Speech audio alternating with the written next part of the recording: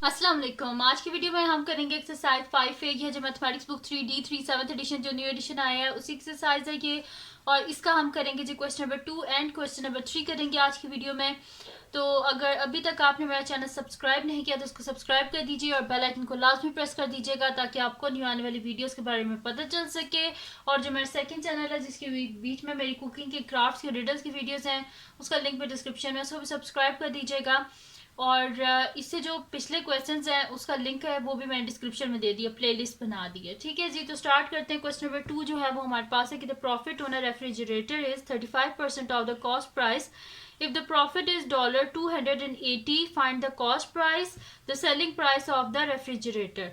तो इजी सा क्वेश्चन है, कोई मुश्किल नहीं है। देखिए यहीं से हम स्टार्ट करेंगे क्वेश्चन से। क्वेश्चन में क्या लिखा हुआ है? The profit on a refrigerator is 35% of the cost price. तो मैं यहीं से स्टार्ट करूंगी। 35% ऑफ कॉस्ट प्राइस क्या है? $280। तो यहीं से स्टार्ट करते हैं। मैं यहाँ पे लिखती हूँ कि 35% of the cost price is equals to $280। तो हम क्या कर लेते हैं, इसकी सबसे पहले हमने क्या फाइंड आउट करनी है? Cost price. तो कॉस्ट प्राइस किस तरह फाइंड आउट करेंगे? कॉस्ट प्राइस होती है 100% हमें चाहिए। ठीक है, ये 35% है तो हमें फुल 100% चाहिए कॉस्ट प्राइस की, यानी कि टोटल कॉस्ट प्राइस हमें चाहिए।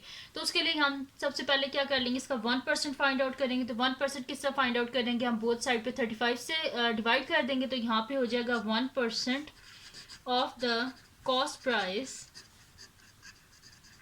is equals to $280 divided by 35।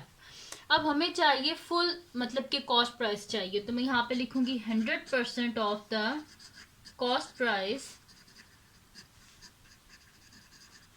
Is equals to $280 divided by 35 multiply by 100। ठीक है जी, ये मेरे पास है।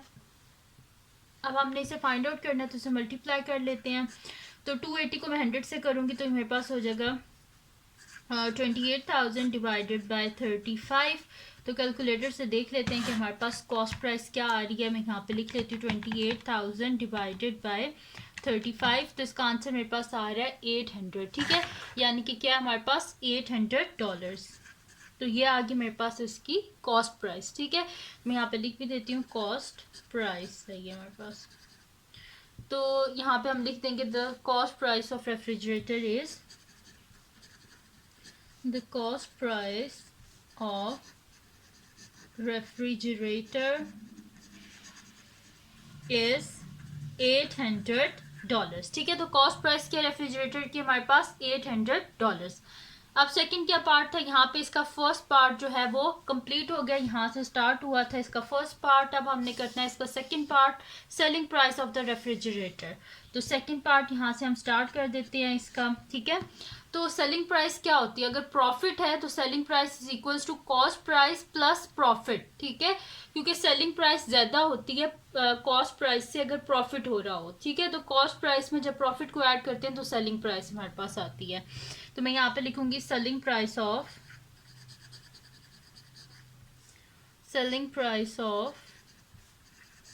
द रेफ्रिजरेटर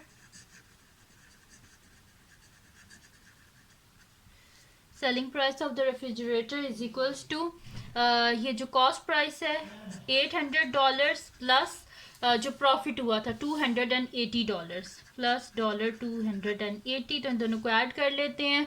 तो 0 प्लस 0 0 0 हो गया, 0 प्लस 8 यहाँ पे 8 हो जाएगा मेरे पास, और 8 प्लस 2 10 1080। ठीक है, तो ये मेरे पास क्या आ गया इसकी सेलिंग प्राइस। तो मैं यहाँ पे लिख देती हूँ सेलिंग प्राइस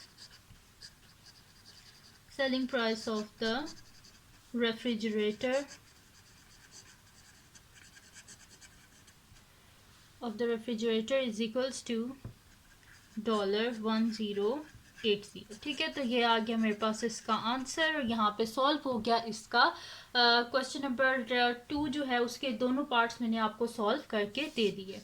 अब चलते हैं इसके नेक्स्ट जो हमारे पास क्वेश्चन है उसकी तरफ चलते हैं। तो वो हमारे पास है जी इसका क्वेश्चन नंबर 3। तो क्वेश्चन नंबर 3 को देख लेते हैं, उसको पढ़ लेते हैं कि उसमें क्या लिखा हुआ है।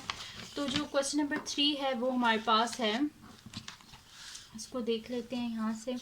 तो क्वेश्चन नंबर 3 जो है वो हमारे पास है कि a trader mixes 2 kg of butter which cost $8 per kg with 3 kg of butter which cost 6 per kg.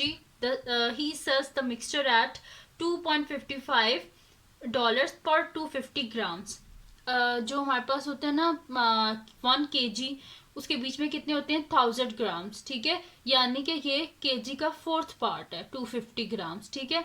तो अगर यहीं से हमने केजी बनाना है तो इसे मल्टीप्लाई 250 को मल्टीप्लाई कर दें 4 से, तो ये क्या बन जाएगा 1 kg, क्योंकि जो है ना 250 प्लस 250 क्या होता है 500, 500 में फिर 250 करें तो 750, 750 में फिर 250 करें तो क्या बन जाएगा 1000, यानी कि 4 टाइम 250 को ऐड किया जाए तो हमारे पास क्या होता है 1000, और 1000 ग्राम्स किसके इक्वल होते हैं 1 kg के। Express his profit as a percentage of his selling price, हमने प्रॉफिट को परसेंटेज निकालने। अच्छा, पिछले जो हम क्वेश्चन कर रहे थे ना उसमें हम क्या निकाल रहे थे profit as a percentage of cost price, लेकिन अब इस क्वेश्चन में क्या profit as a percentage of selling price. अब सेलिंग प्राइस की हमने परसेंटेज निकालनी है, ठीक है। तो सबसे पहले तो इसकी कॉस्ट प्राइस को फाइंड आउट करते हैं हम लोग। तो कॉस्ट प्राइस क्या है इसकी कि उसने क्या किया है कि 2 kg ऑफ बटर कॉस्ट 8 पर kg and 3 kg of butter which cost 6 पर kg। तो बस पहले इसको फाइंड आउट कर लेते हैं। तो मैं यहाँ पे लिख लेती हूँ सोल्यूशन, ठीक है जी। तो मैं यहाँ पे लिख लेती हूँ कि कॉस्ट प्राइस अब यहाँ पे क्या है 3 kg of butter and 2 kg of butter and 3 kg of butter, 2 + 3 क्या होता है 5 kg, यानी कि टोटल कितना है 5 kg ऑफ मिक्सचर है। तो मैं यहाँ पे लिखूंगी cost price of 5 kg mixture is equals to 2 multiply by $8 plus 3 multiply by $6। तो 8 2 ज़ा 16, $16 प्लस 6 3 ज़ा $18, ठीक है। इन दोनों को हम ऐड कर लेते हैं 16 प्लस 18, तो 8 9 10 11 12 13 14 4 1 कैरी 1 2 3 $34, ठीक है। यानी कि खुद उसकी कॉस्ट प्राइस कितनी है $34। अब देखते हैं कि उसने सेलिंग प्राइस क्या थी, यानी कि उसने बेचा कितने में। तो मैं यहाँ पे लिख देती हूँ सेलिंग प्राइस, लेकिन उससे पहले जो मैंने आपको समझाया था कि हमारे पास क्या होता है कि जो 1000 ग्राम्स होते हैं ना वो हमारे पास इक्वल होते हैं 1 kg के, लेकिन यहाँ पे सिर्फ 250 ग्राम्स है, ठीक है। तो मैं यहाँ पे लिखूंगी कि सबसे पहले तो हम इसको कर लेते हैं ना, चेंज कर लेते हैं। तो यहाँ पे मेरे पास गिवन है 250 ग्राम्स है एट $2.55। तो मैं यहाँ पे इसे कर देती हूँ कि यहाँ पे कि 2.55 है ना मेरे पास डॉलर्स, ठीक है। तो ये कितने का है 250 ग्राम्स में, ठीक है।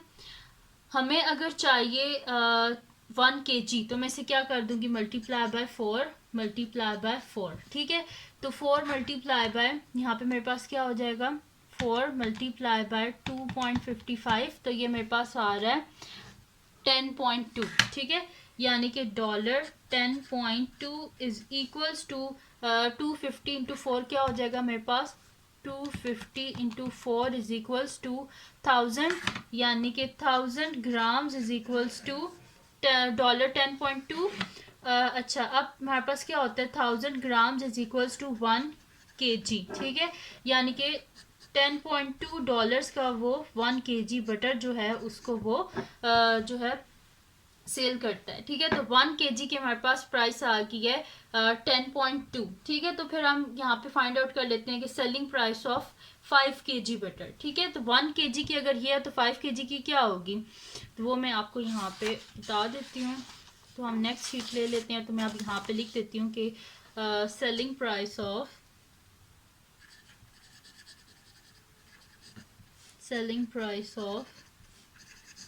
1 kg मिक्सचर कितने के हमारे पास 1 kg mixture is equals to $10.2। 1 kg है ना, तो अगर हमें 5 kg चाहिए ना, क्योंकि हमने कॉस्ट प्राइस भी 5 kg की और टोटल उसने बनाया भी मिक्सचर जो था वो 5 kg का था, तो हमें सेलिंग प्राइस भी फिर 5 kg की चाहिए, तो इसको मल्टीप्लाई कर देंगे बोथ साइड पे 5 से। तो मैं यहाँ पे लिख देती हूँ selling price of 5 kg mixture is equals to 5 multiply by $10.2, ठीक है। तो मल्टीप्लाई कर लेते हैं, 5 मल्टीप्लाई बाय 10.2, तो ये मेरे पास आ रहा है 51, यानी कि सेलिंग प्राइस क्या है $51। तो मैं यहाँ पे लिख देती हूँ $51, यानी कि कॉस्ट प्राइस कितनी है $34 और सेलिंग प्राइस कितनी है $51। अब हमने क्या फाइंड आउट करना है, profit as the percentage of selling price. ठीक है, तो मैं यहाँ पे लिखती हूँ profit as a percentage of selling price is equals to, इसमें प्रॉफिट है, प्रॉफिट में क्या होता है हमारे पास selling price minus cost price, तो मैं यहाँ पे लिख देती हूँ $51 माइनस कॉस्ट प्राइस क्या है $34।